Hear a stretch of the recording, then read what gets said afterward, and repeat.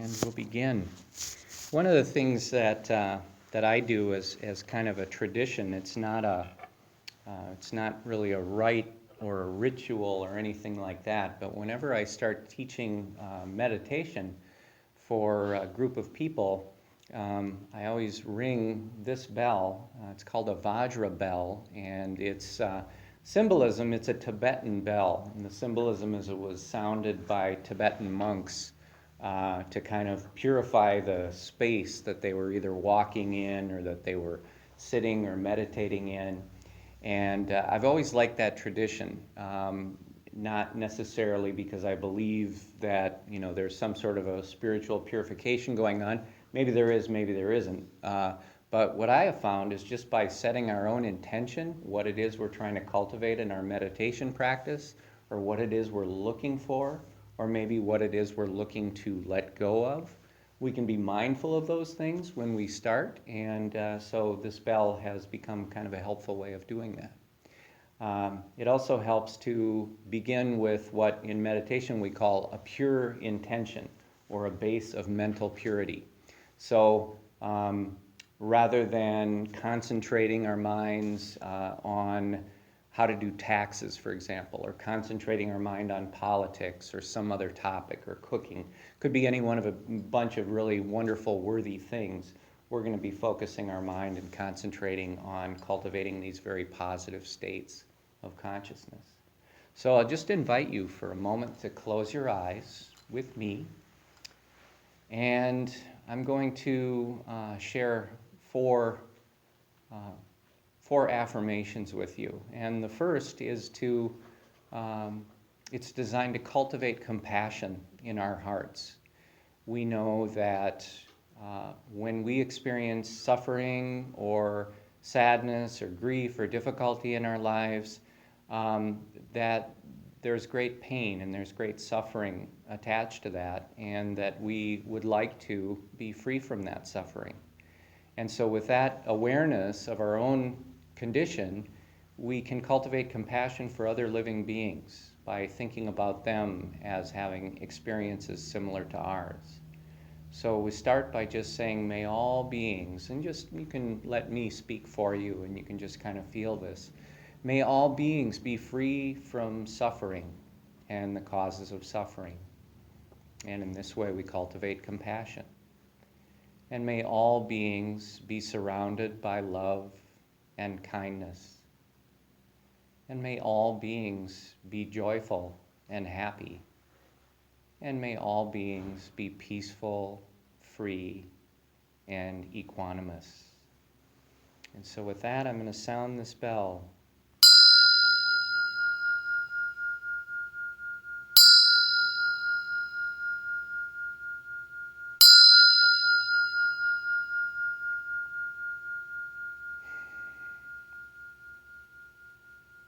Let there be peace.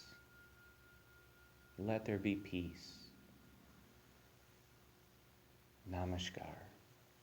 Well, welcome everybody officially. So our little beginning there, our little auspicious beginning. I introduced myself, I think, to everybody, but I'm Ken Britzius, and I'll be teaching for 4 weeks, Introduction to Meditation and Mindfulness. And so I'm really delighted to be here with you. I love teaching meditation to people. It has transformed my life and the lives of many of the people that I know and have taught this to. So I really get excited when I have an opportunity to share it with other people. So this is going to be wonderful.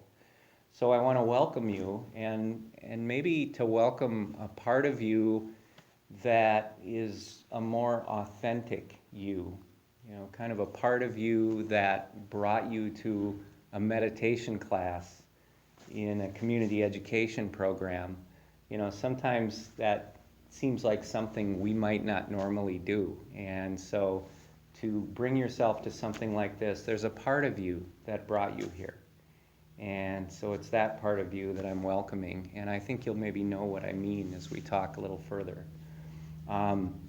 I'll share a little bit about my background here with you. I've been practicing meditation quite seriously for about 15 years. And prior to that, I was in the corporate world. For many years, I worked at a large corporation in the Twin Cities.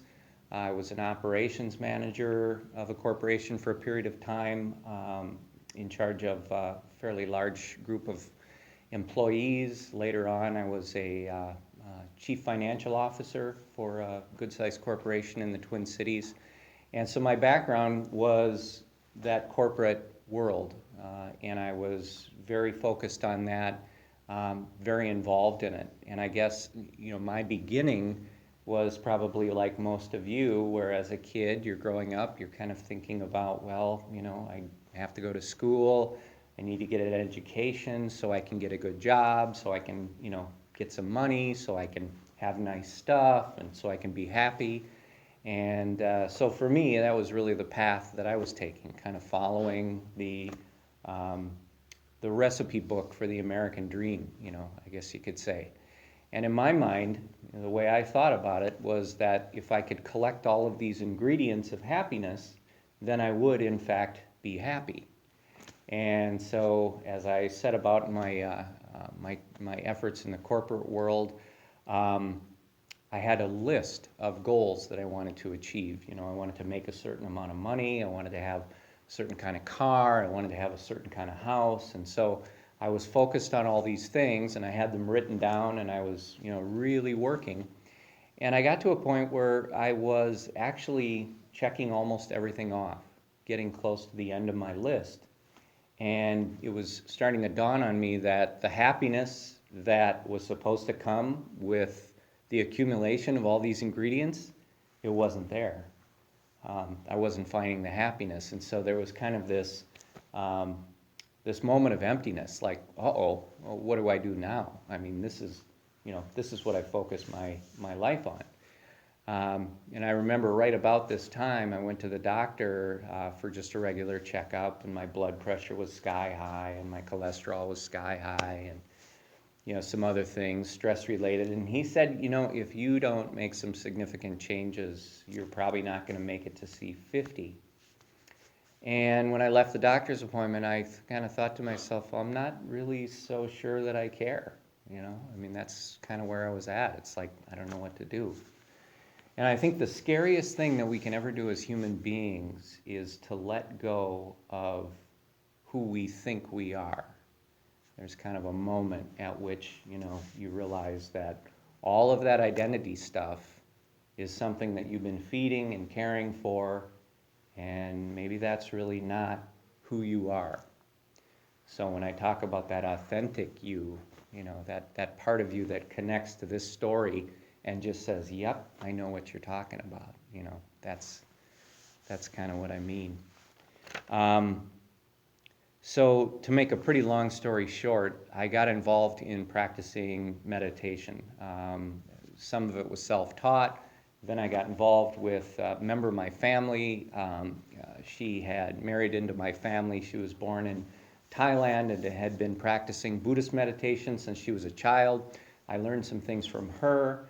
Over the years, I had a few good teachers. And I managed to do several long-term retreats in kind of a monastic environment. Since then, I've been teaching meditation to the public through a lot of community education classes. I've written a couple of books, and those have been published. And in May, I'll be opening the Meditation Center in New Richmond. So that's kind of who I am and how I got here and what the story is. So what we'll be doing is, for the next 4 weeks, we'll be going over some different aspects of meditation and mindfulness practice. But the goal is to provide you with everything you need to know to really transform your life. When I say that, I'm not just saying, kind of like, wouldn't that be cool? But it will really transform your life. And that's kind of a bold promise I'm making. If you follow what we're going to be talking about, and you follow the practice in these handouts, you will be amazed at the transformation that you experience. So what we'll do tonight is we'll do a little introductory stuff about the practice, about how to do it, and then we're going to do a couple of different meditation practices together. I encourage you to ask as many questions as you can think of, share personal experiences. It's always real helpful to have that, because if you have a question, other people in the room have the question, so that's great. I appreciate that kind of dialogue. So tonight we'll start with a foundation of meditation.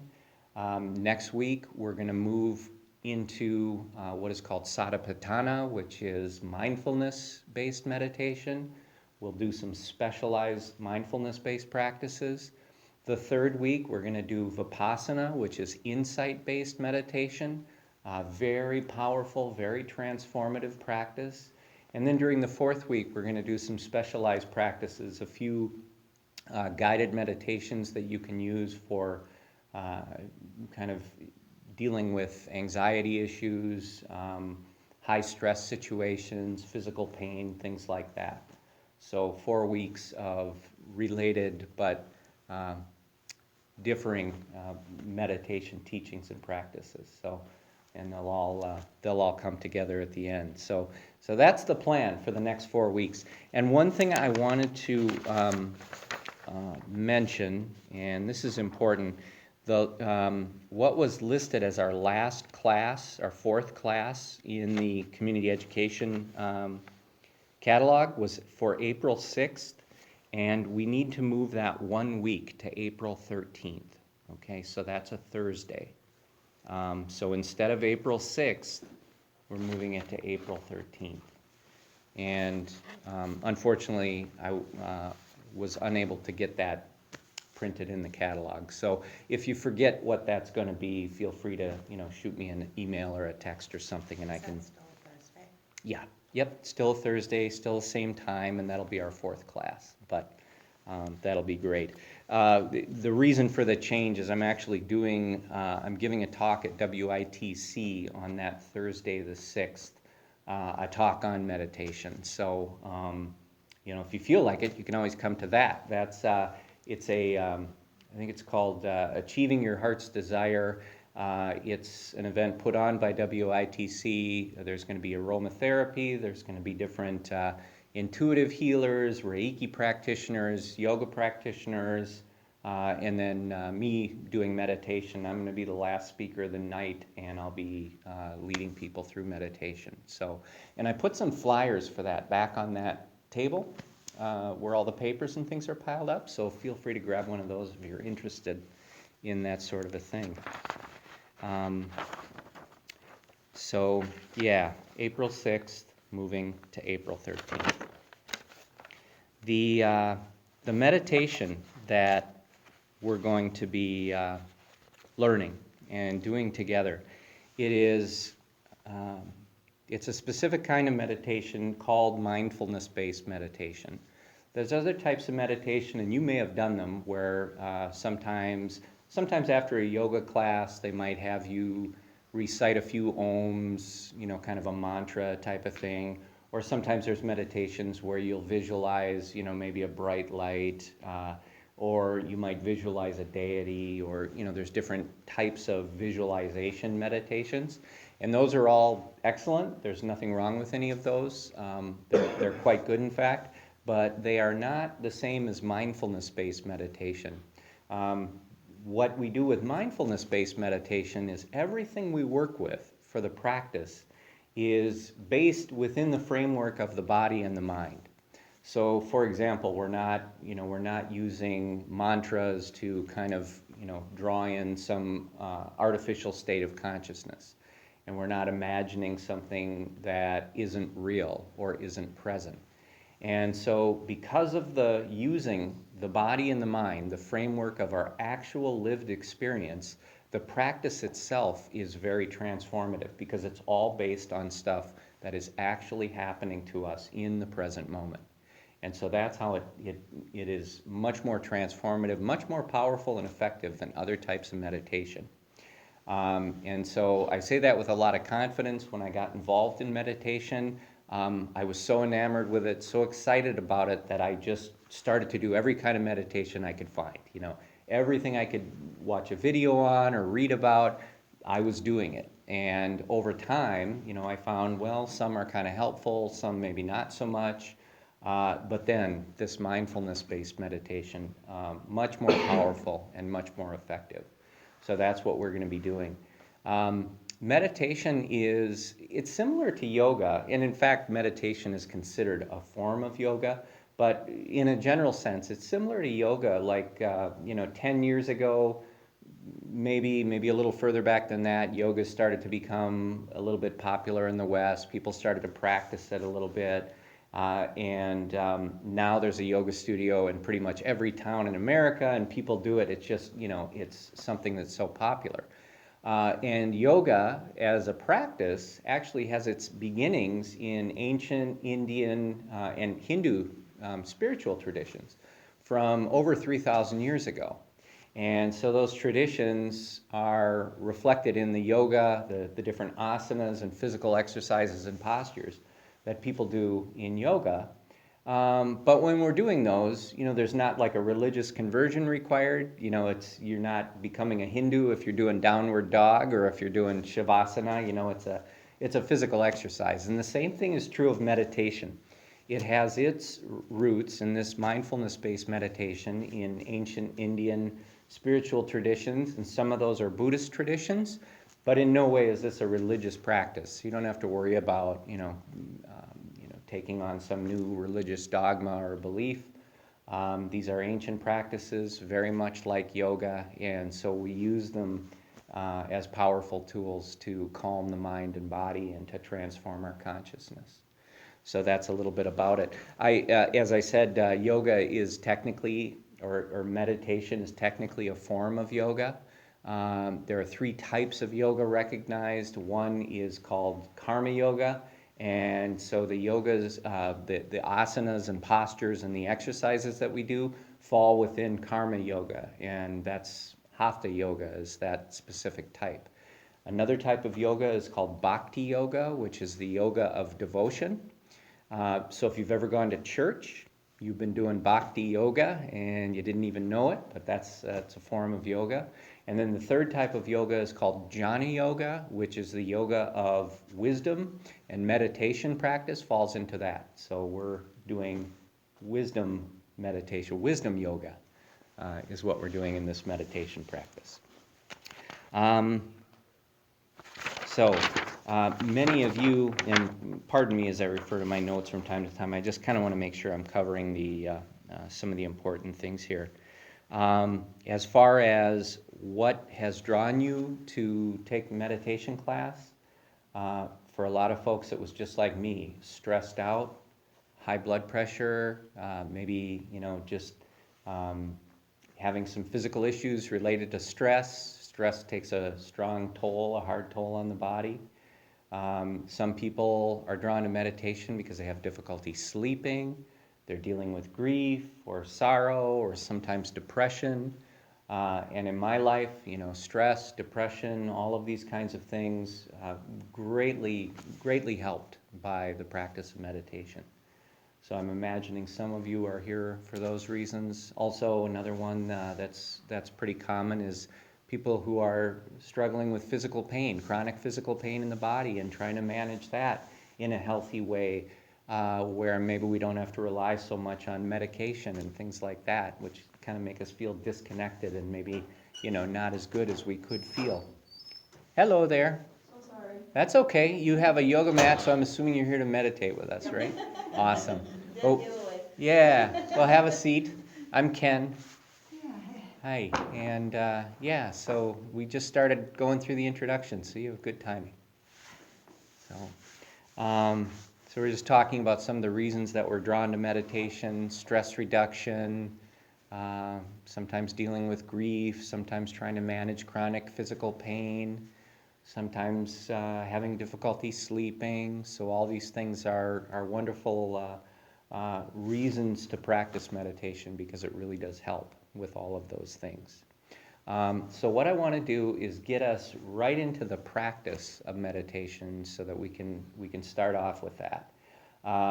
And what I'll do is just mention to you, and you don't have to follow along in this booklet at all, but what I've done here, this is part 1, Samatha and Anapanasati it's called.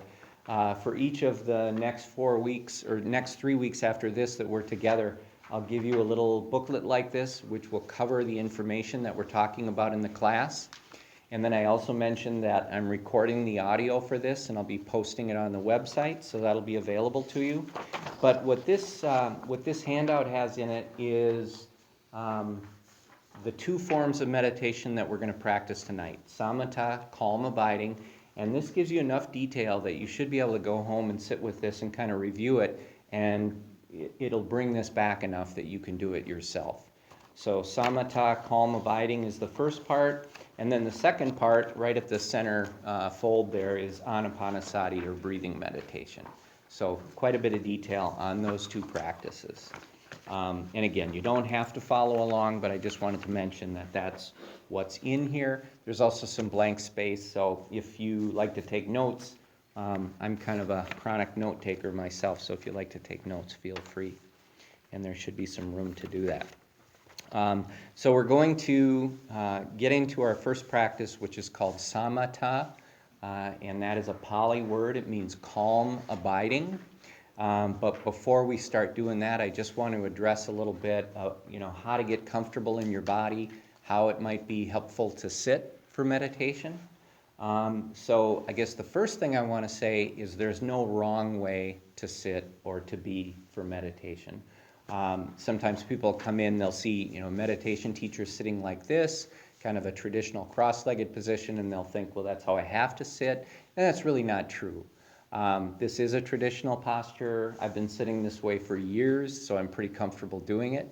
In fact, I've done long-term monastic types of retreats where we sit like this without moving for a total of about 10 hours a day of constant meditation practice. We do that for 10 days straight, and so I can assure you that you can get really comfortable sitting in your own body just like this. But meditation needs to be a practice that's going to work for you. So whether it's sitting cross-legged or sitting like it's Mary, right? Yeah, sitting like Mary over there. She's got a backrest cushion behind her, and she's leaning up against the wall. So that's a great way to do it. You can do that. You might find these little bleacher things helpful. You can sit in a chair to meditate. Some people like to lay on the floor, flat on their backs, and that's fine too. So the first thing is just to find, a comfortable way to be. And it might take a little bit of trial and error after tonight. When you go home, you might have to play around with it a little bit. Figure out if sitting on the floor is the right thing for you, or if sitting in a chair is going to be the best bet. One thing I'll point out is, of course, I'm sitting on the floor, and the way I'm sitting, not sure if you can see, but I'm sitting on a little cushion. My sit bones are on this cushion, and this is probably 3 inches thick. It's really dense cotton fiber inside, and I'm sitting so that really just my sit bones are on it, and then my thighs are off of it. If you elevate your sit bones a little bit, you'll find it's much more comfortable to sit on the floor, because what it does is it neutralizes the pelvis, the position of the pelvis, and it disengages the abdominal muscles. If you're sitting a lot of times, flat on the floor, you actually use your tummy muscles to kind of keep yourself upright, and you can use additional back muscles. So elevating the sit bones is helpful, and I have a few extra meditation cushions over there. If you want to use one of those, try it out, see if you like it. You can do that. What she's doing here, that's a great way to do it too. Just that in the yoga class. Yeah. Yep, it's perfect. Yeah, you just take a blanket, or you can use a towel. Towels are good because they're real dense. Fold that up a few times, put a yoga mat on it, or you can fold the yoga mat a few times, sit on that. But anyway, sitting on some sort of a cushion to elevate the sit bones, very helpful if you're going to be sitting on the floor. As far as the position of your legs, the way I'm doing it right now, this is called the Burmese posture, which I've grown to really like over the years. Other ways of doing it are just a slight variation. This is called the half lotus posture. Some people find this real comfortable. The other is, I'll see if I can do it. I don't do it all that regularly because I don't meditate this way, but this is the full lotus posture. Not the greatest example of it, but that's what this one is. And again, some people find this really comfortable. Surprisingly, some postures I feel in my knees, it kind of hurts. This one doesn't. So this is one of the wonderful traditional postures. And if you've seen like a yoga magazine, you've seen somebody meditating on the cover of a yoga magazine, a lot of times you'll see them sitting this way. They always look so beautiful and peaceful, and they're always in perfect condition and everything, so they look different from me. But they sit like this, and then a lot of times the hands are placed on top of the thighs, right at the knees, facing upward with the pointer finger and the thumb touching. This is called the Gyan Mudra, which is, mudra means sign, and it's what we do with our hands during meditation. So this one, if you've seen it, that's why I talk about it, is just because most people have seen this one. This is the mudra of receptivity, openness, and wisdom. So this is one that people commonly do. You'll see variations with other fingers. It's perfectly fine to just place your hands on top of your knees. If you prefer, you can do, and this is the mudra that I usually use. This is called the Jhana Mudra, and that means meditation. This is the one that I use typically, and I find this the most comfortable. And this is kind of the traditional mudra of mindfulness-based meditation practice. So do play around a little bit with the way you sit and how you might be comfortable. I would encourage you over the next week to play around with that a little bit until you find something that's going to work for you long term. And then work with the hands as well. Just find something that's comfortable. You'll notice there's a difference between having your hands out here on your knees as opposed to bringing your hands in closer to your belly. You know, it'll make a difference in kind of the balance of the upper body. So again, just things to kind of experiment with. But ultimately, just be willing to kind of let go of all of that and just be comfortable. Just be comfortable in your own body. And as we do these different meditations and practices together, don't be afraid to move either. You know, you might be sitting for a few minutes and realize, oh, I'm getting quite stiff, you know. And so don't feel like it's an endurance contest and you have to hold still. Feel free to move. Some people even stand up and stretch a little bit. It's okay. So just be comfortable. When we sit, what we do want is for the back to be relatively straight so that we can breathe freely. So you want to bring that straightness to the back, but not in a way that is rigid or stressful.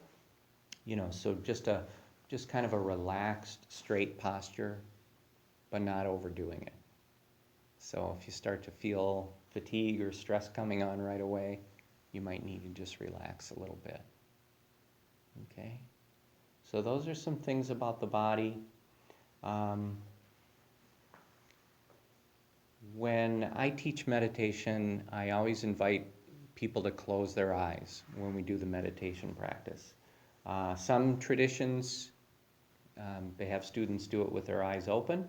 I find the benefit of having your eyes closed is that it just eliminates visual distractions, you know. So if your eyes are open, even if you're meditating, you see something and then you kind of think about another thing and then something else.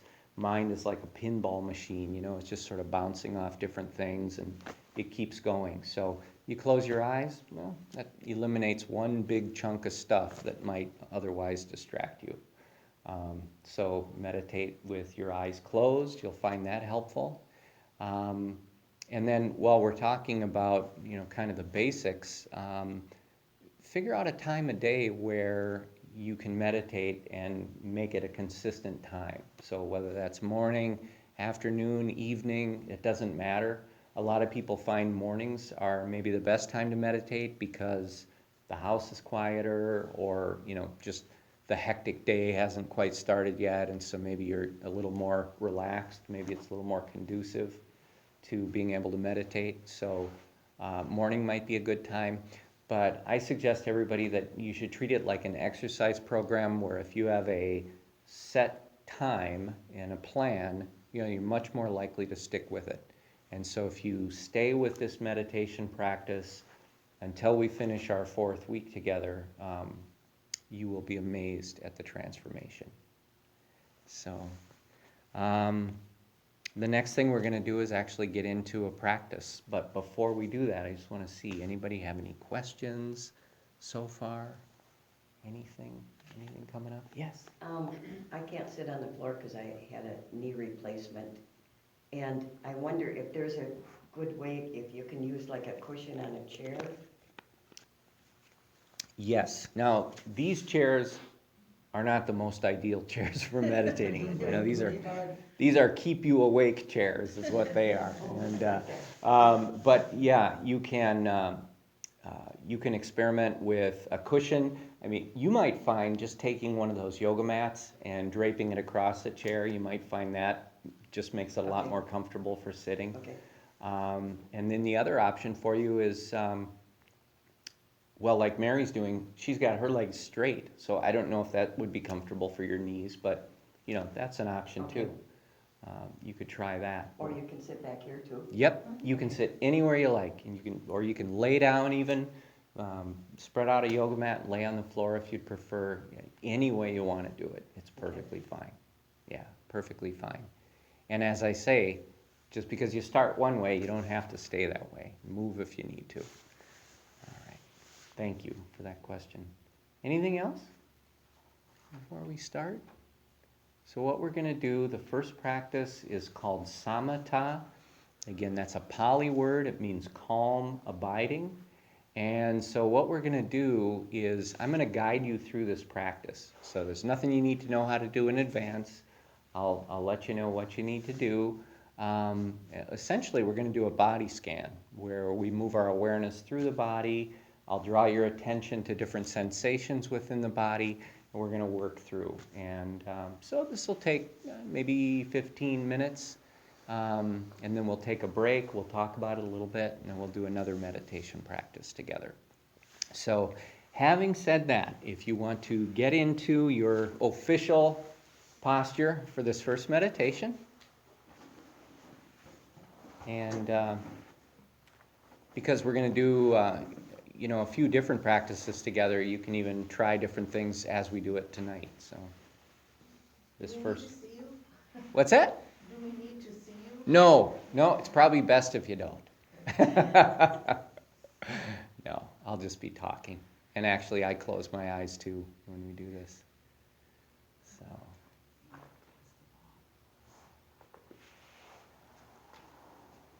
And at home, of course, you can sit against the wall at home. One thing I share with people is you can always lean against your sofa if you're sitting on the floor. You can have the sofa behind you, and usually that's got some cushioning on the front. Or you can do the same thing against your mattress and box spring if your bed is kind of at the right height for your back. Can you lay down in bed and do it? You can, yep, you can lay down in bed. And again, you're sure welcome to lay on the floor here if you'd prefer, No, I don't know if I could get up yet. So, Okay. Thank you. Yeah, we can help you do that. Yeah, absolutely. Yeah. Yeah. The only disadvantage to laying down is that we tend to fall asleep. It can be kind of easy to do that. And if anybody falls asleep tonight, no worries. We'll gently wake you up. And we'll maybe take a picture of you if you're drooling, so we can post that somewhere. But no, you may fall asleep, and if you do, good for you. But we'll see if we can keep you awake. All right. So if everybody's relatively comfortable, So again, we'll just kind of touch base with the body before we start. It is helpful to have a degree of symmetry in your body. So if possible, what I mean by that is that you don't have all of your weight supported on one side or the other. So if both sides of your body are kind of doing the same thing, that's going to be helpful just to keep the muscle fatigue to a minimum. Help the body be balanced and calm and stable. And the next thing is just let your eyes close softly, just as if you were laying down to take a nap. And then the next thing we'll pay attention to is the breath. Just let your breath be free and natural. Let it do whatever it wants to do. And if possible, you can breathe through your nose. If you're not congested, it is helpful in the meditation to breathe through your nose, if possible. Okay? So with those few things to start, what I'm going to do now is I'm going to ring this meditation bell. I'm going to ask you to just follow the sound of the bell. And when it goes silent, I'll begin to guide us through this samatha, calm abiding practice. Okay? So I'll sound the bell.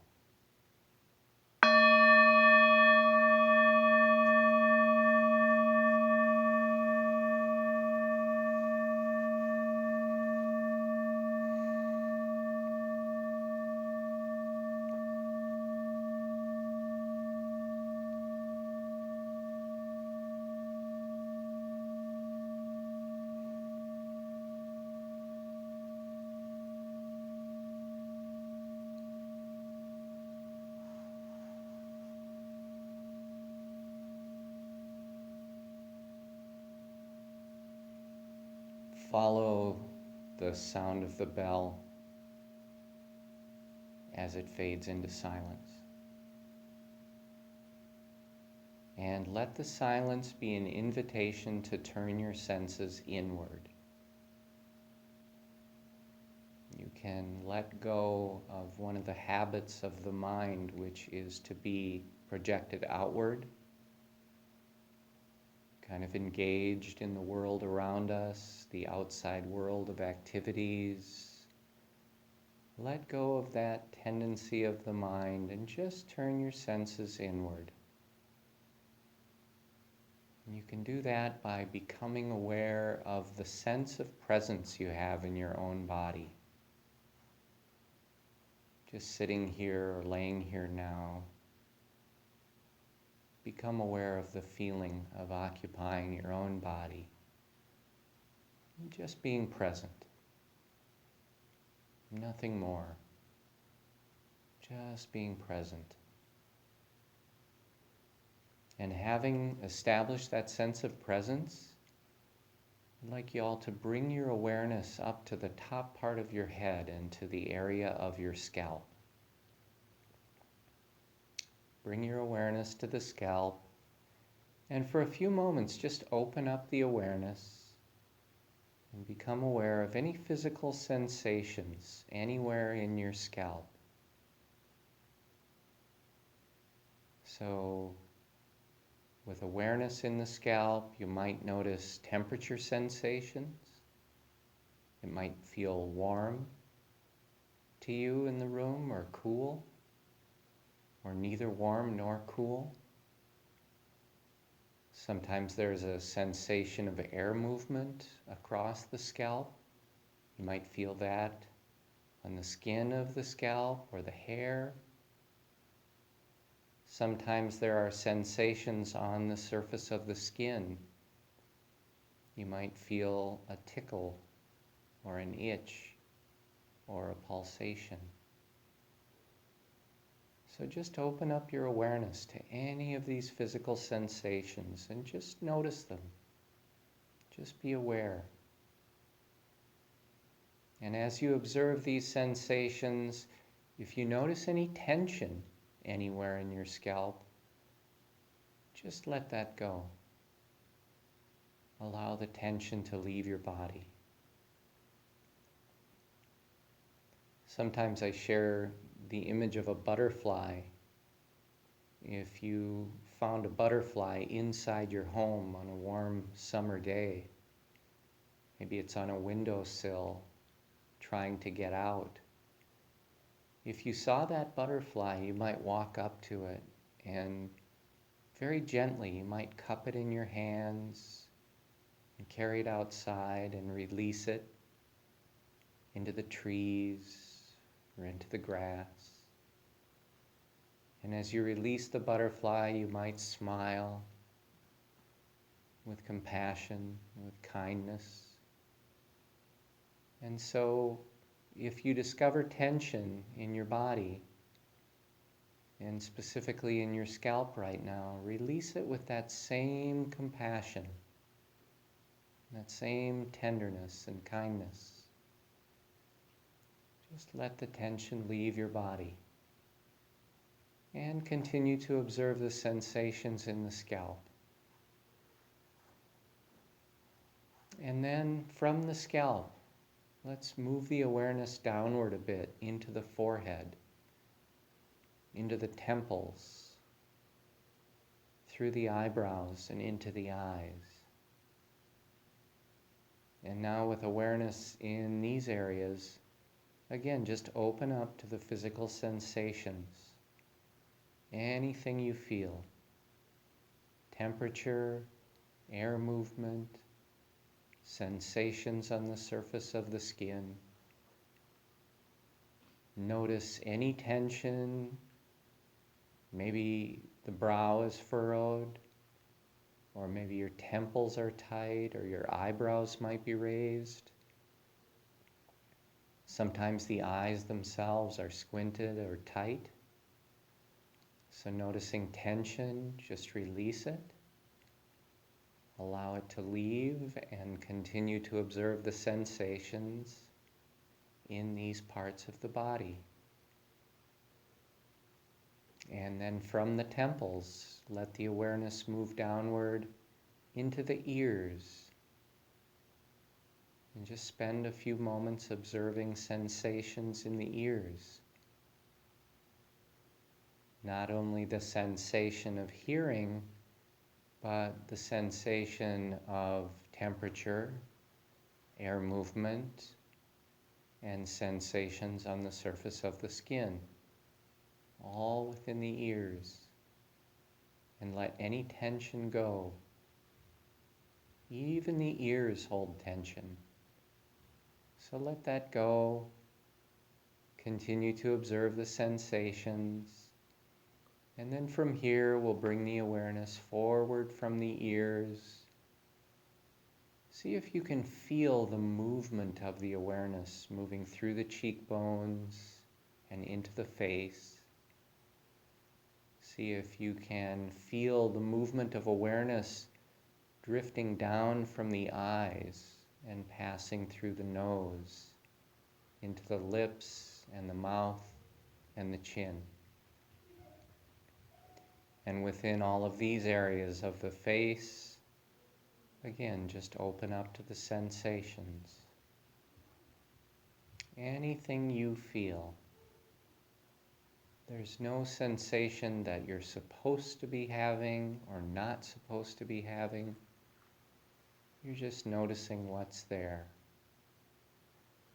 And notice the tension anywhere you find it. You may notice it in your jaws.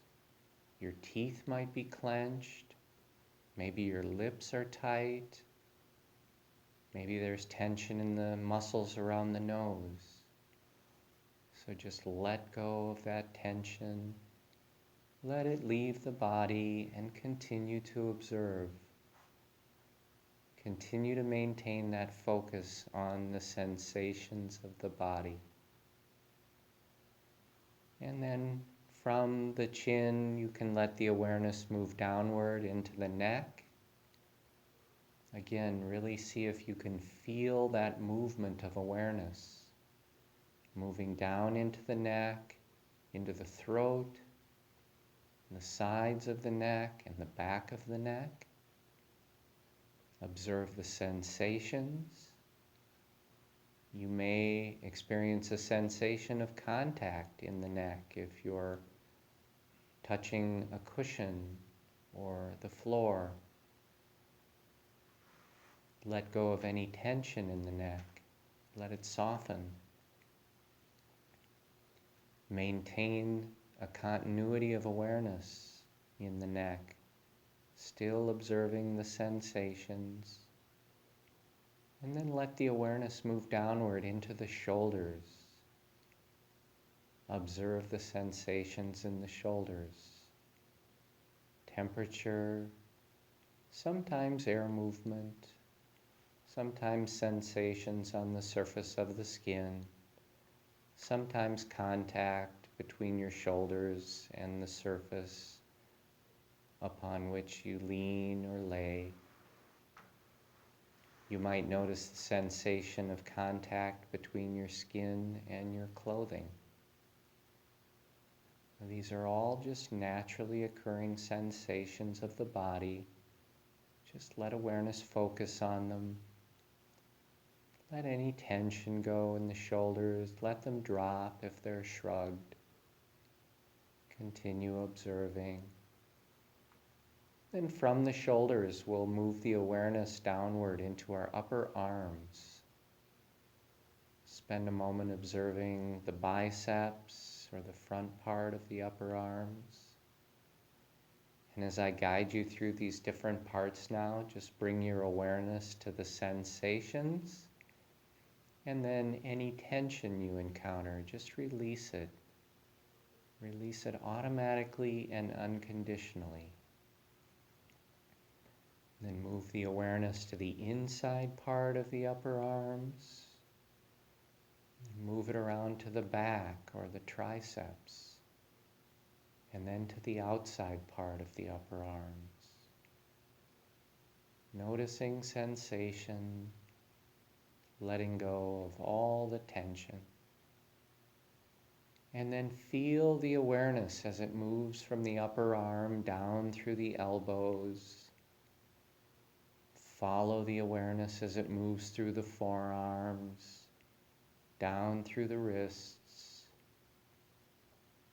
Feel the awareness moving into the hands. Observe the sensations in the heels of the hands and then the palms.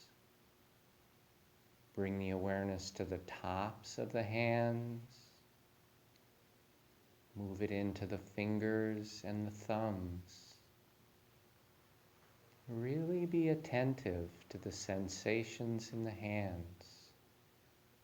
Let go of any tension. And finally, bring your awareness down into the fingernails themselves. And just spend a moment focusing on the fingernails. Can you detect any sensations there? And sometimes you'll discover that there is, in fact, just a very subtle vibration or a very subtle pulsation. Just take your time with the awareness and let it know these sensations. And then from the fingers, let's maintain a continuity of awareness and bring it up to the top of the chest.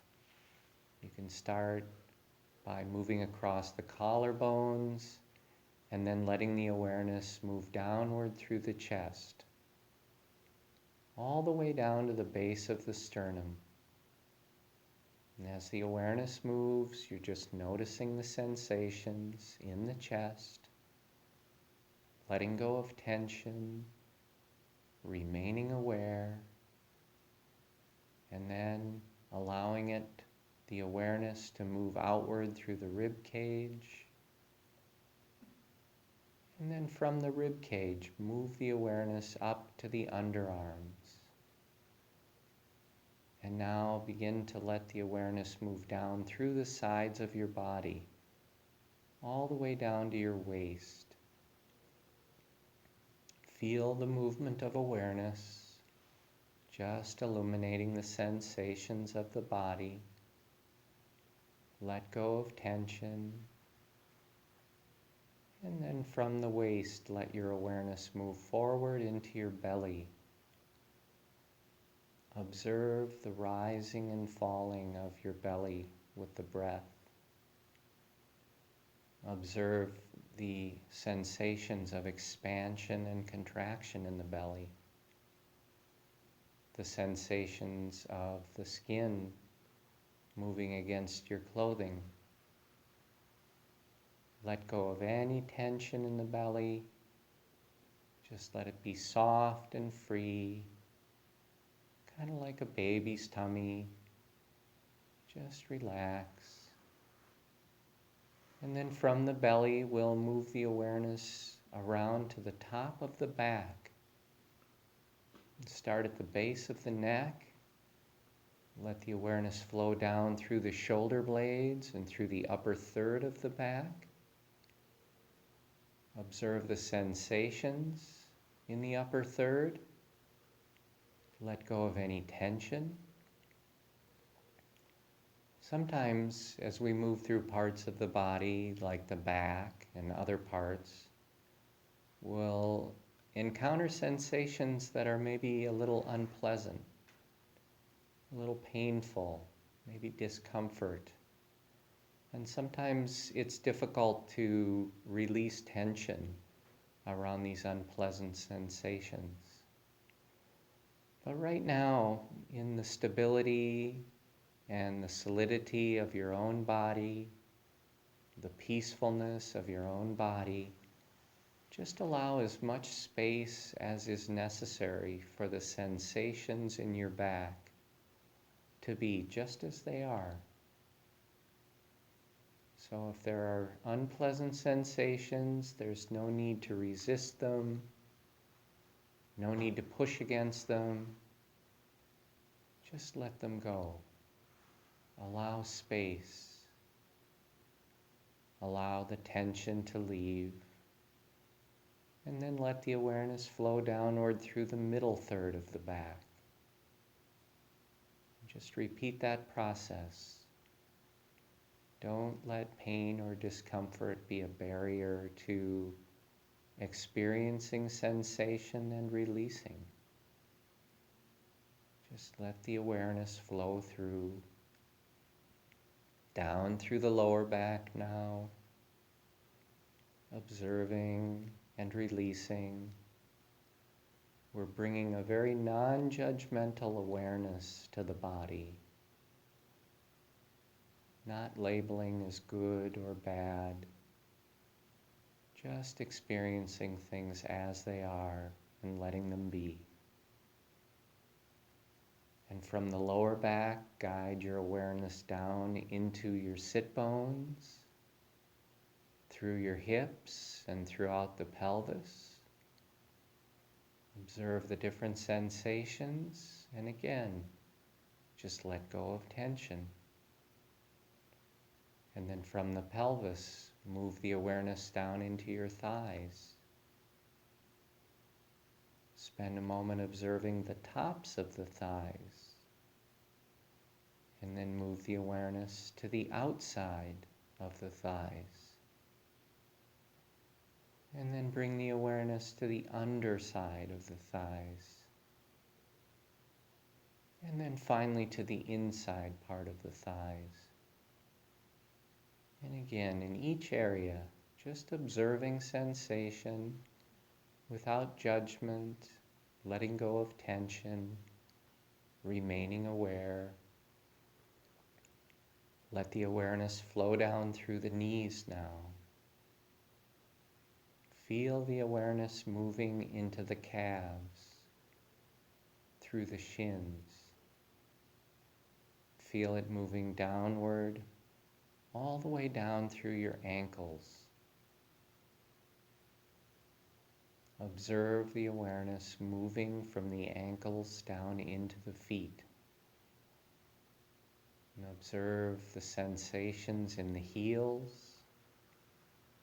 in the soles of the feet, in the balls of the feet.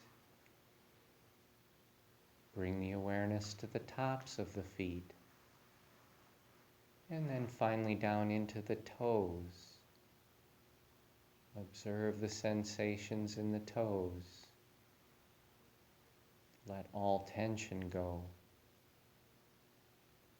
And finally, bring the awareness into the toenails. And again, just give it a little time. Can you notice sensations in the toenails? Just a subtle energy, a subtle pulsation. Allow awareness to rest in the toenails. And now from the toenails, we're going to bring our awareness once again up to the top of the head, up to the area of the scalp. And this time, at your own pace, you can just begin to guide the awareness back down through your body. So you can do it more quickly if you'd like, or you can continue slowly. But do try to guide the awareness through each part once again, just so nothing is left out. Notice the sensations in each part as you move through. Notice the places in the body where tension has returned. You might notice places where just a couple of minutes ago you released the tension and now it's kind of crept back in. Maybe your jaws are tight again, or maybe your shoulders are shrugged once more, or maybe the belly is tight again. Any of these places where you find tension reoccurring, just release that tension. Again, with compassion, with kindness. One of the things that happens to us is as we go through the day, we have different experiences. Some of those are difficult or frightening or stressful. Some of them make us angry or upset. And these experiences, these mental experiences, manifest as tension in the body. Things happen that make us mad and we tense up. Things happen that frighten us and we tense up. Things happen that trouble us and we begin to hold tension in the body. And then after the mind has moved on and maybe we've forgotten about the thing that was upsetting us, the tension in the body remains. And it kind of echoes the emotional difficulty that caused it. So becoming aware of these reoccurring places of tension, just give them extra awareness. Release that tension, knowing that you're releasing this habit energy of worry or fear or anger. Release it again and again every time you experience it. And now for a moment, just allow your awareness to expand into the full body from top to bottom. As you breathe naturally, imagine that you are breathing through each and every part of your body, from head to toe. Just be present in the experience of breathing within the full body, the full breath body, awareness. Let's just share a moment of silent meditation together, and then I'll sound the bell to end this practice.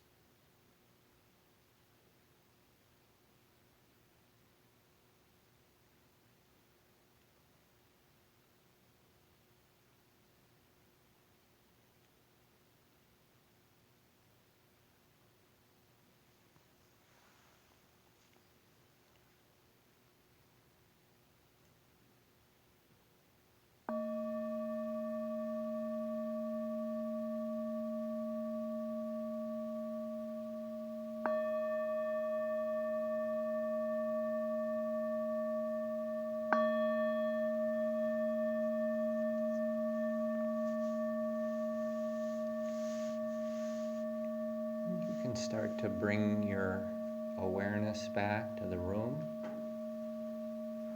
You can open your eyes if you want to. And just start to kind of return. But as you do, just really be gentle with yourself. You can kind of keep the peacefulness, that calm abiding from the practice. And keep that with you. How's everybody feeling? You good? So I'll talk about that a little bit as we're kind of waking up and coming back. Again, the practice is called samatha, and that means calm abiding. And I think you get the idea as we move through the body systematically. We've got a couple of things going on. One of the things we're doing is using the sensations of our own body as a way of focusing our attention. And really that's the definition of meditation, is to focus the awareness on one thing to the relative exclusion of everything else. And so for this practice, the thing we're focusing on is the different parts of the body. And what we discover is that there are just a multitude of sensations going on throughout the body all the time. Some of them are kind of pleasant, kind of feels good. Some of them are kind of neutral, neither pleasant nor unpleasant. And then some might be unpleasant sensations, a little pain or a little fatigue. And one of the other things we notice is that we are holding tension in many places in the body. And sometimes it's a surprise where, like sometimes you really do feel tension in the scalp or in the ears. It's amazing, but we hold tension in these different places. Or for me, I mentioned there's sort of these habitual places. For me, a place I find it a lot is in the jaws. Clench my teeth a lot. Another place is in my shoulders. I'll find that a lot of times I shrug. Or the belly, tighten the belly.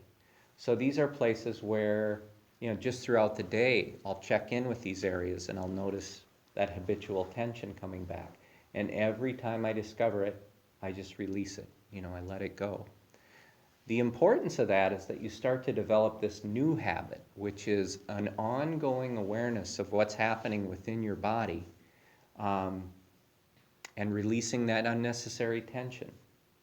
And hopefully the way I described it during that meditation was helpful to you, but it really is almost like an echo. I mean, if you're driving in your car and somebody in front of you locks up the brakes and you have to slam your brakes on, you get that feeling all over of that sort of jolt, unpleasant jolt of adrenaline that shoots through you, and you're pretty tense, you're gripping the steering wheel, you back off a little bit, you kind of catch your breath, and for a few minutes that's an unpleasant sensation. It's really there, there's still a lot of tension in your body.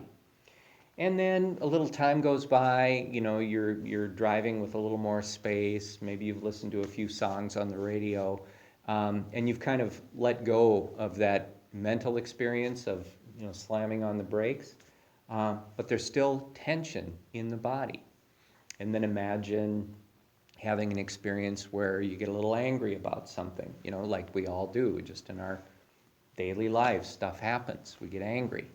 Or maybe you watch the news and there's something on the news that bums you out or makes you feel stressed about the economy or politics, or could be anything. But all of these different emotional experiences are leaving this artifact of tension in the body. So becoming aware of this over and over, we start to change that habit energy and we just begin to let go. Noticing tension, you don't need to evaluate it or analyze it. When you come across it, just release it and let that be your habit.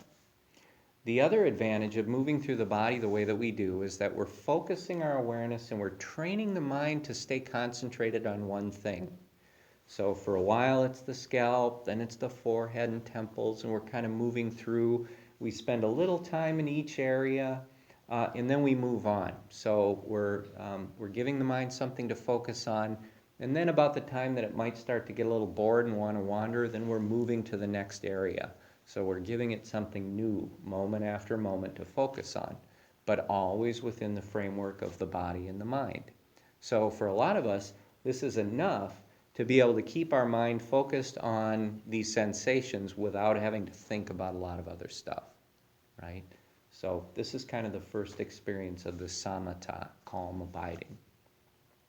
One of the images that I use that I think is a good description is that of a snow globe. You know, if you pick up a snow globe, I think everybody's played with one of these at some point in time. You know, it's got the little plastic snowflakes in it, and maybe there's a little, you know, village scene or a horse or a snowman or something in there. And you shake it up, and the snowflakes, you know, are flying all over, and it's kind of difficult to see the scene that's in there. And so with these snowflakes flying around, you can't do what our normal habit is, which is to try and make things happen. You can't make the snow settle. You can only let it settle. You know, you can only set that snow globe down and allow those snowflakes to settle. And in the same way, the body is kind of like a snow globe.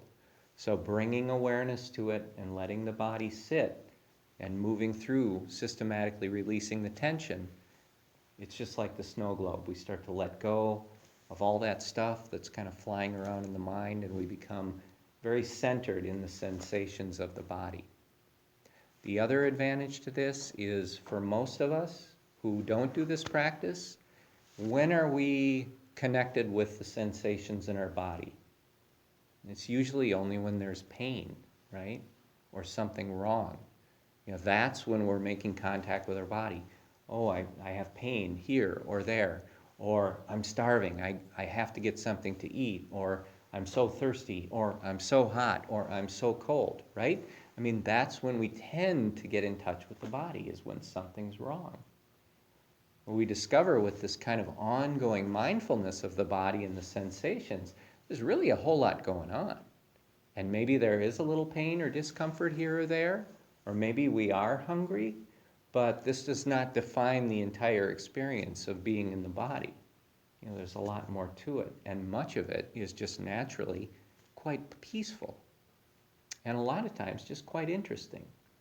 Like, were you able to pick up a little something in your fingernails? Just a little energy there, you know? And I'm not talking about something mystical or magical. I'm just talking, you know, if you pay enough attention to it and you give it time, it's like, wow, yeah, there is sort of a feeling of being alive in my fingernails. I can't really describe what that is, but it's there. And there's that feeling in my toenails. So I use those as just examples because they're kind of these places that, you know, it's like, well, that's the last place we go, toenails and fingernails. But yeah, if you focus on it, sure enough, there's sensations. And so all of these sensations in the body, we're typically reacting to these. Unpleasant sensations, we react with negativity. Pleasant sensations, a lot of time we react by wanting more of those, wanting to keep them going. So this calm abiding practice, we're learning to just allow the body to do what it's doing. And we discover that there's a tremendous amount of peacefulness in the mind that can be there, even when there's pain. So did people find that there was tension back in parts of the body that you had let go 5 minutes earlier? In the jaws, in the shoulders, the belly, different parts? Most people find, yeah, it's there, those habits. So just notice those, not as problems, but it's just, oh, that's where I store that. That's where I store that anger. That's where I store that fear about that thing that might happen. It's really, yeah, it's like, that's where you put it. So start to notice where that is. And every time you notice, think of that butterfly. You know, butterfly, there it is. You don't want to hurt it. You know, it's not a get out of my house. It's more of a, oh, let me help. Let me help. Come on now. You know, let go. Good luck. I hope you make it. You know, so when you encounter tension in your body, treat it the same way. Don't create more by beating yourself up. Just say, oh, there it is. That's where I put that anger. That's where I put that fear. Come on, you can go. You can go. So bring that mindset to it. I want to do another practice with you. Anybody have questions on this one? Probably too many questions to even figure out how to ask them. What I will suggest to you, well, again, when you go through this handout at home, everything that we did, including the order of the body parts and specifically what they were, everything, it's almost a script of what I just went through with you. So you'll be able to replicate this. But also on the website, if you want to go there, stillknowing.org, there's one of the tabs is videos. And if you go to that, there's a picture of me sitting in my weird basement with a really big bushy beard. I look kind of like a Taliban guy. I have a thing over my shoulders. Anyway, I do the full meditation practice, which is going to be the samatha, calm abiding that we did, and a breathing meditation added to that. And so that's kind of the part 2 that I want to do for tonight. So we're going to do a little bit of breathing meditation together. And what we'll do in the future with a practice is we'll just combine these kind of seamlessly. Do a body scan. Doesn't have to be as slow and drawn out as the one we did together, but I wanted everyone to have that experience. And then you'll just kind of seamlessly move into the breathing. So, all right. If everybody wants to take a moment to get comfy for another few minutes, probably no more than 10 minutes for this one, and then I want to have a little time at the end. So we'll get comfortable for one more. I have a question. Yes. When you're meditating, if you use the butterfly as a sort of a visual thing, if it's this visual stuff just pops up, like ways of getting rid of the stress, envisioning something, like a zipper opening and going out, something like that. Like that just popped into my head, and I was Sure. and just weird stuff was doing that, and I wasn't sure if that's a distraction or is that okay as part of the meditation? You might use those as just sort of little invitations to release whatever you're holding, but then maybe not follow the story too long. Because then it can become sort of a narrative, and you can start to drift off. So, and that's not in and of itself a problem, but it can kind of derail you so that you forget to keep moving through. So, yeah, that's a great question. So, for me, that butterfly thing is more giving an idea of the of kind of the level of compassion and softness of heart that we bring to this. So in no way is any of this like a, let me clean house of all this stress that's within me, but it's just, like I say, more of a love kind of a thing. There it is, You can go. It's okay. It's okay to leave. But yeah, great question. So using those as some helpful guides. So, yeah, if you want to close your eyes, we'll do this. It won't take any more than 10 minutes. And once again, we'll use this meditation bell. It's just helpful to kind of follow the sound. So I will sound the bell, and then I'll start to guide us through this practice.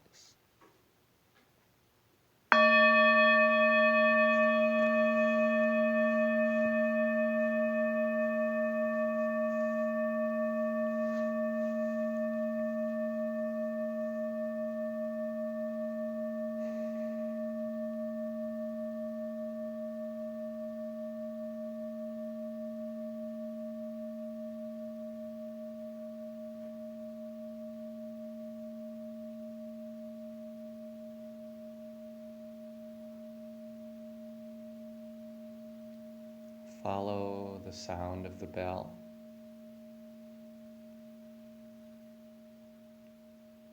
Follow it as it fades into silence. And let the silence be an invitation to turn your senses inward. Take a moment to just become aware of the feeling of occupying your own body. And notice the stability of your body. There's a peacefulness naturally present. There's a feeling of awareness. Very calm, accepting, open awareness. Now this time I'm going to ask you to bring your awareness up to the base of your nose. There's a little patch of skin there beneath your nostrils and above your upper lip. And just focus your awareness on that spot. And then from that spot, we'll expand a little further into the rings of the nostrils. Bring your awareness to those as well. And then we'll move just a little further into the nasal passages. So now we have this triangular area of the nose. And our awareness is focused here. And with awareness focused here, just become aware of the movement of the breath, in and out, through the nose. So just an awareness, breathing in, you know that you're breathing in, and breathing out, you know that you're breathing out. Breathing in, you're aware. Breathing out, you're aware.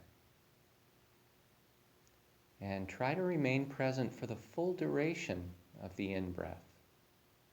So just staying gently with it. It begins, it slows, it tapers off, it pauses momentarily, and then it becomes the out-breath. Stay with the entire out-breath as it slows and pauses. It changes direction and becomes the next in-breath. So just stay with the breath for the full duration, aware of the in-breath, aware of the out-breath. Sometimes a breath is a bit longer, sometimes it's a bit shorter.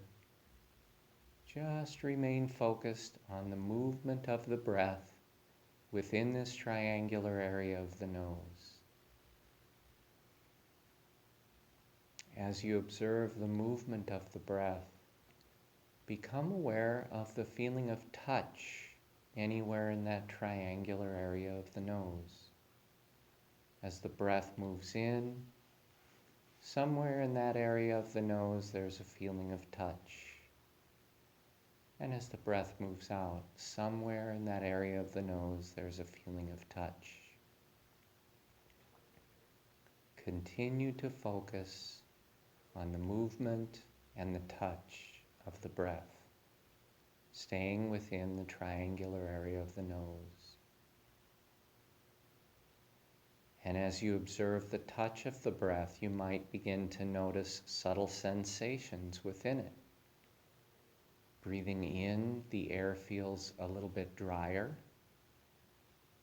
Breathing out, the air feels a little more moist. Breathing in, the air feels a bit cooler. Breathing out, the air feels a little warmer.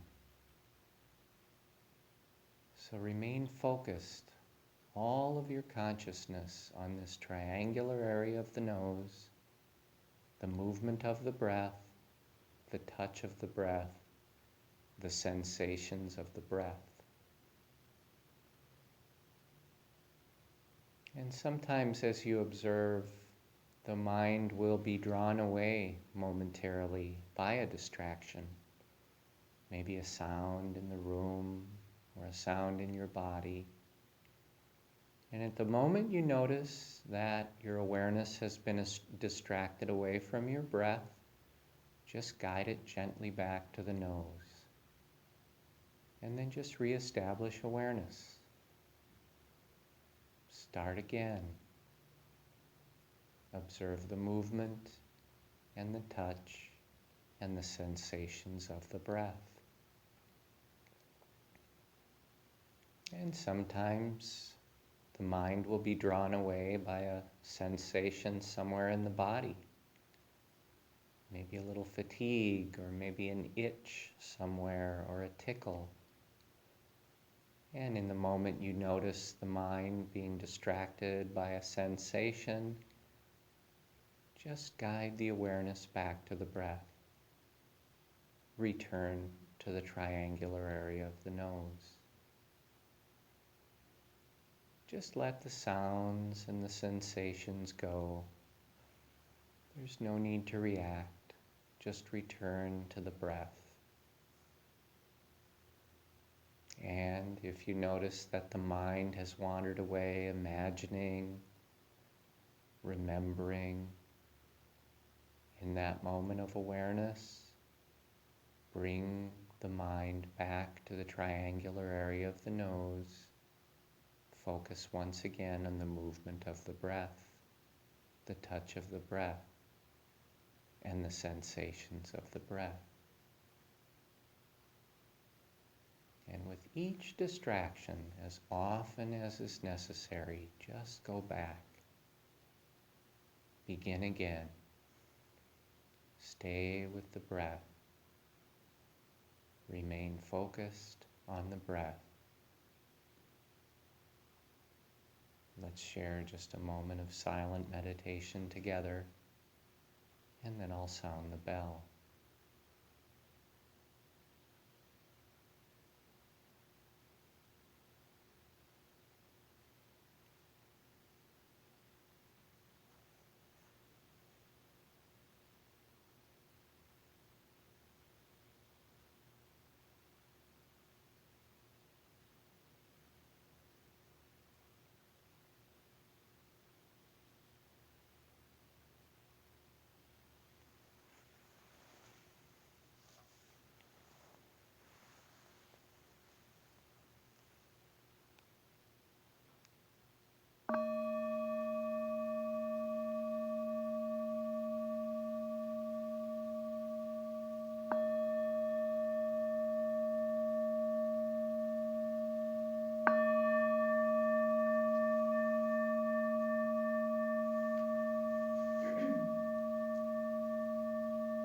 And once again, just slowly bring your awareness back to the room.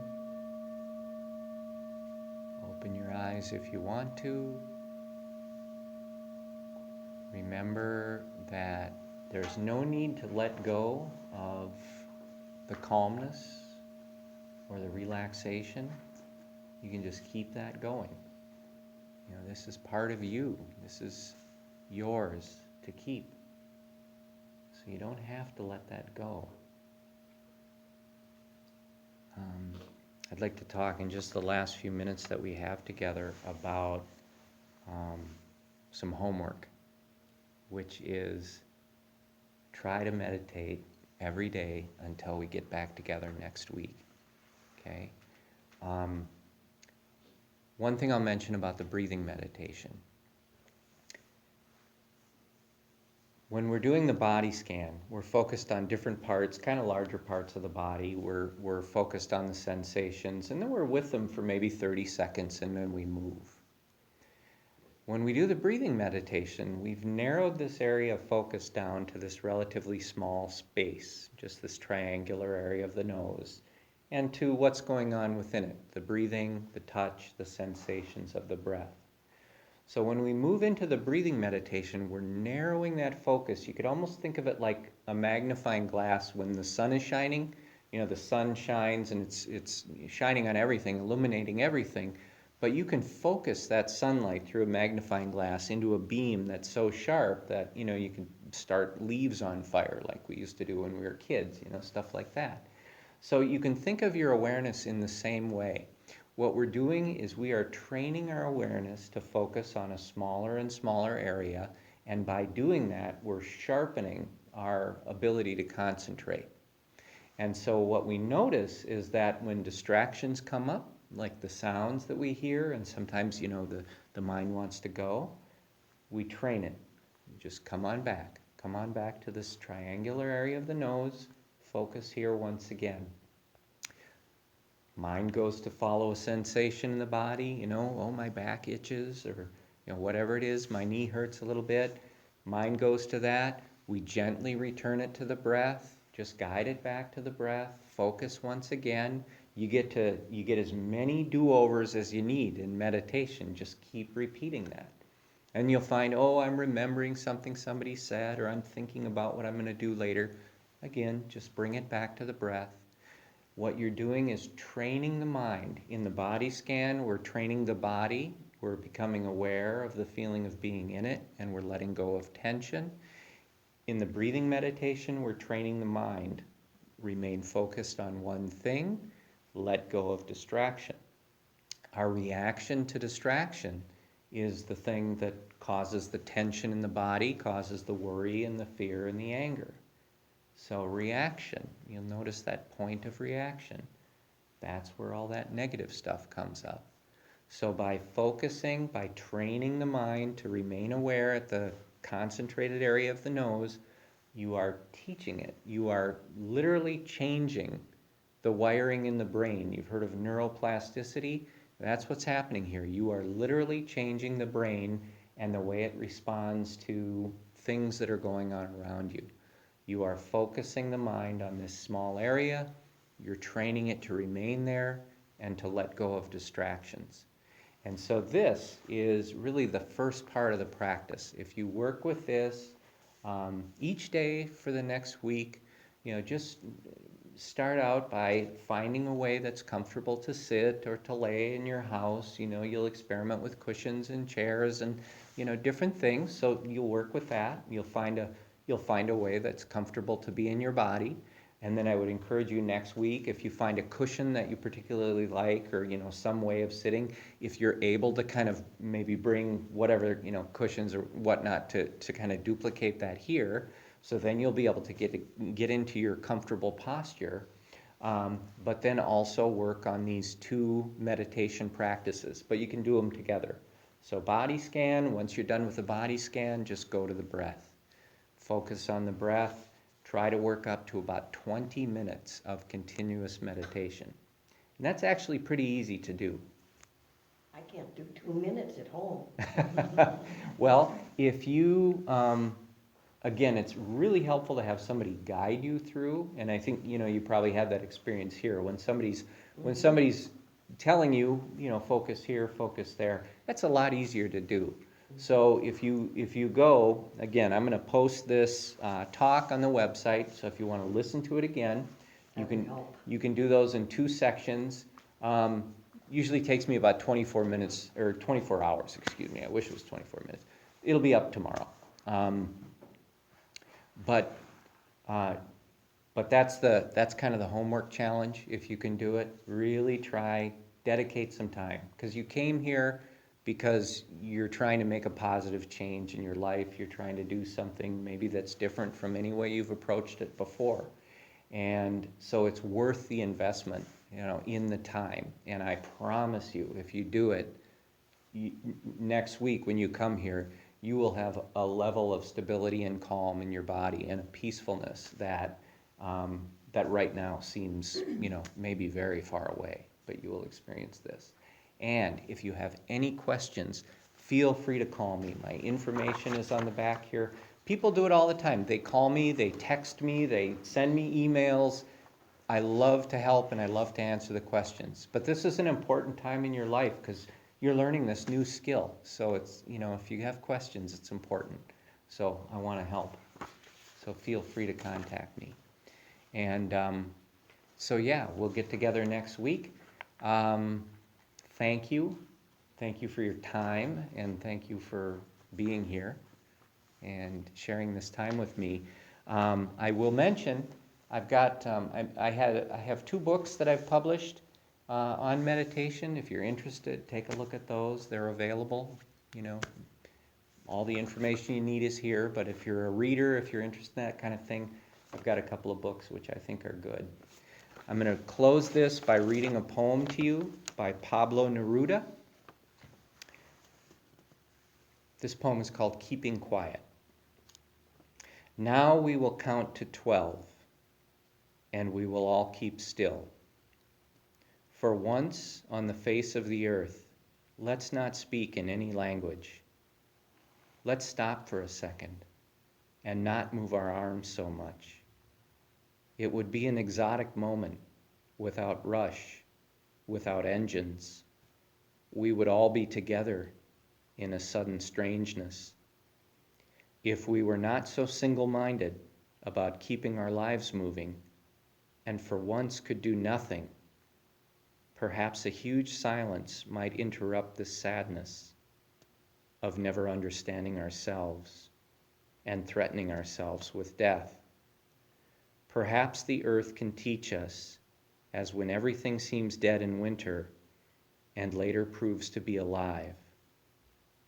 Now I'll count up to 12, and you keep quiet, and I will go.